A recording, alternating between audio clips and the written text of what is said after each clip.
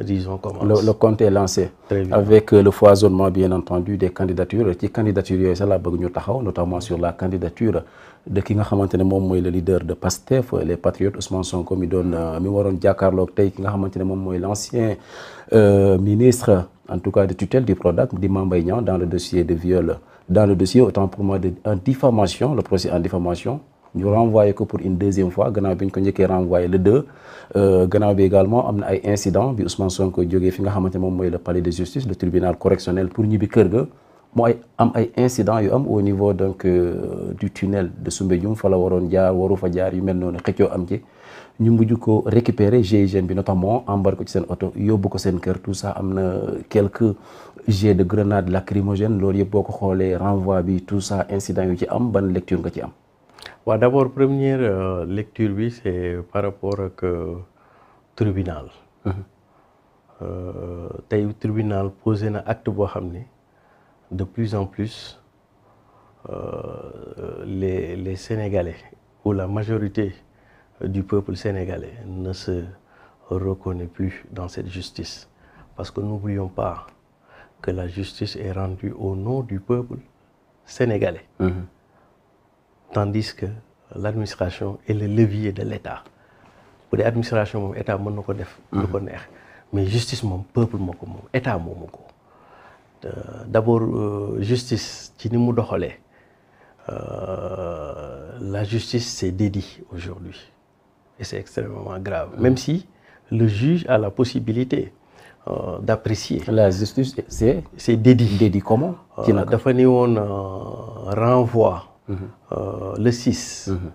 Juge bi dafa ni woon daf koy renvoyer. Ce qu'on appelle un renvoi définitif en droit. Un renvoi ferme. Très bien ça veut dire quoi? su ñu leen woowaatee. bu ngeen di ñëwee danañ àtte affaire yi. soit ñu joxe verdict bi. ci saa si. wala ñu defe ko en. sauf que fii bëggoon na ko tenir tey mais ñuy préciser ne aussi que bâtonnier moo intervenir justement pour ñu mun a am renvoi bi ñu am. mais juge bi en tant que tel bëggoon na tenir procès bi tey. très bien foofu laa doon ñëw sax. c'est-à-dire bu ñu nee renvoi ferme. bu ñu ñëwee tey dañu war a àtte mbir mi loolu mooy règle bi bu ñu ko àttee nag juge bi su ko neexee mu joxe décision séance tenante bu ko neexee mu def ko ce qu'on appelle en délibéré en droit. mise en délibéré. très bien mais tey bu ngeen xoolee. dafa amoon benn situation objective bu tax ñu renvoyer ko parce que les avocats de la défense avaient estimé ñu tegal leen vidéo projecteur dafa am lu ñu bëgg a wane ñoom. alors que juge bi prévoirul woon le dispositif loolu lu tax ma naan la nañ ko jàngat d'abord ci justice bi précipitation. Dans laquelle juge bi bëgg a vider dossier boobu loolu dafay xaw a tey xel parce que bu ngeen fàttali ko depuis le 6 juge bi dafa dogu woon ne dossier bi day ñëw tey mu àtte ko tey le 2 et le 2 te pendant ce temps énormément de dossiers fekkante nañ ko fa et du point de vue juridique pour ñu mën la juger il faut que ñu convoquer la du point de vue juridique. Or Ousmane Sonko jotul woon sax convocation ñu bëgg ko àtte ce qui est une illégalité manifeste du droit donc précipitation yi ñuy précipité ba ñëw tey ñu def dédit effectivement. mais pour yow lan moo laa ko ci ginnaaw précipitation boobu ngay souligner. waaw xam nga dafa mel ni notre justice a cessé d'être la justice du peuple.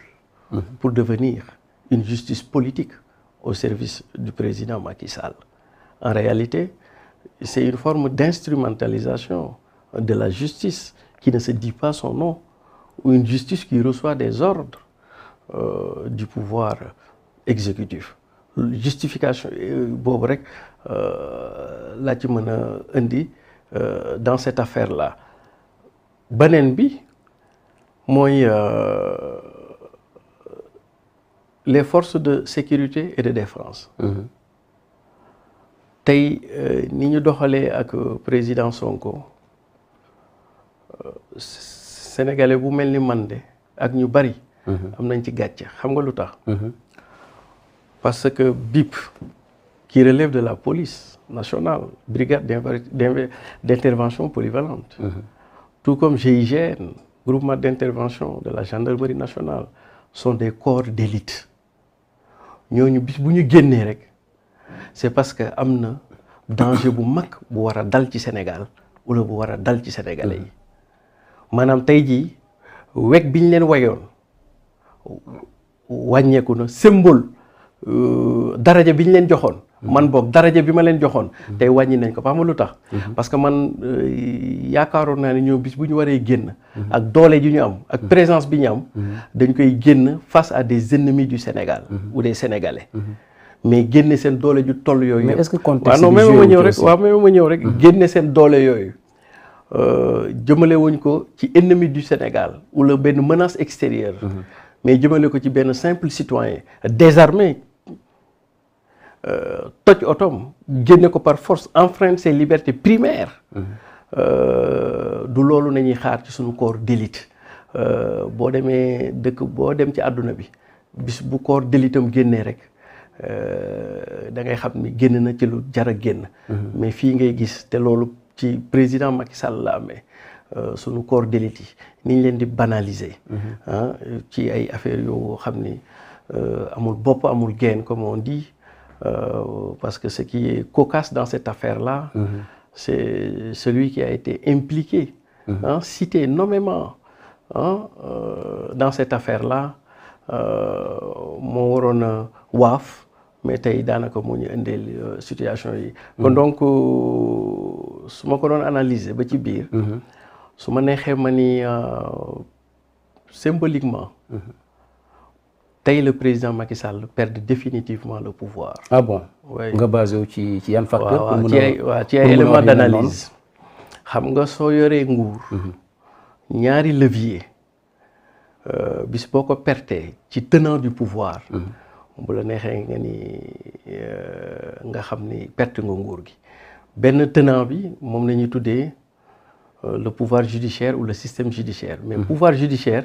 du mën a dem mukk lu dul avec les forces de défense et de sécurité kon donc le pouvoir judiciaire ou le système judiciaire soo ko yoree boole ko force de sécurité boobu mooy premier pilier et c'est un pilier juridique ou judiciaire beneen pilier bi mooy un pilier politique pilier judiciaire bi mooy les cours et tribunaux et les forces de sécurité et de défense moom les piliers juridiques ou judiciaires beneen pilier bi c'est le pilier politique.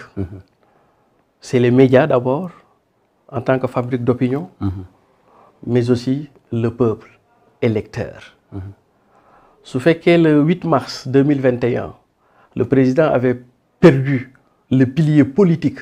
Parce qu'il avait perdu une bonne partie des médias, de l'opinion, la fabrique de l'opinion. Il avait perdu une bonne partie du peuple électeur.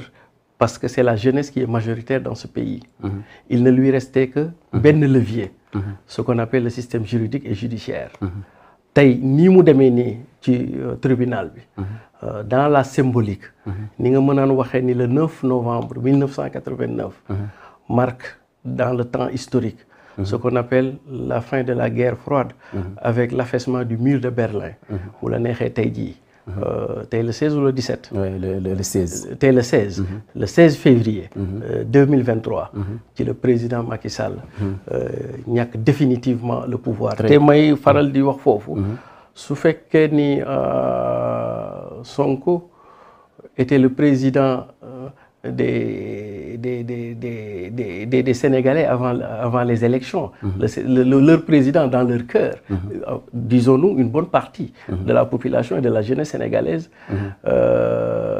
Aujourd'hui, Sonko est devenu leur président avant l'heure. Très bien Siré bu ñu ñëwaatee ci li nga xamante ne moom mooy feey parce que day baax aussi également ci ñëwaat mooy sur le chemin du retour Ousmane Sonko ak cortège am ñëw nañ ba fi nga xamante ne moom mooy tunnel Soumbédioune bi bëggoon jaar ci kaw ñu ko jaaral ci suuf bi ñu demee également ba génn foofu woo nañ ko jéem a négocier ak moom waxtaan nañu ak moom téléphone également ñi nga xam ne ñoom ñooy GIGN bi commissaire bi notamment intime ko l'ordre pour mu wàcc ci oto bi mais nanguwuloon coopérer est-ce que responsabilité am du engagé wu ci côté boobu ci yoon bi ñu ko bëggoon jaarale ak bi ñu ko nee wàccal nanguwul wàcc est-ce que bu gënoon bu coopérer woon autant pour moi est-ce que loolu du gën a éviter li nga xam ne am na fa mais coopérer mënul weesu tribunal woo la te sax c'est un devoir tribunal woo la nga dem wuyu mais booy dem di wuyu ji kenn du la sàkkal yoon booy jaar n'oubliez pas que nous sommes dans un état de droit souvent dañ ko oublier c'est-à-dire que yow tey jii su ma la wooloo ba nga nangoo ñëw ay la yéwén war naa laa mën a bàyyee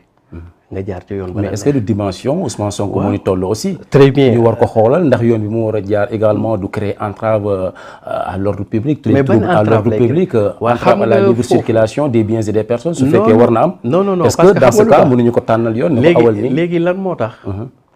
force de sécurité yi. dispositif bi ñu jëloon à l'aller xam nga aller bi amul benn heure. non amul benn incident. mais la moo tax defaat ñu ko au retour c'était aussi simple que ça mon gars. bëgg ci defaat leneen rek moo fi indi leneen xam nga des fois. bëgg a imposer nit. wala bëgg a salfaañee les droits primaires et élémentaires yu nit mooy indi après yii ngeen di wax nii.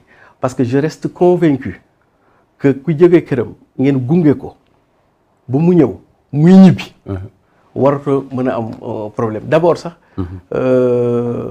je dénonce l'acte ñoom waruñu ko wax yow fii ngay jaar déedéet.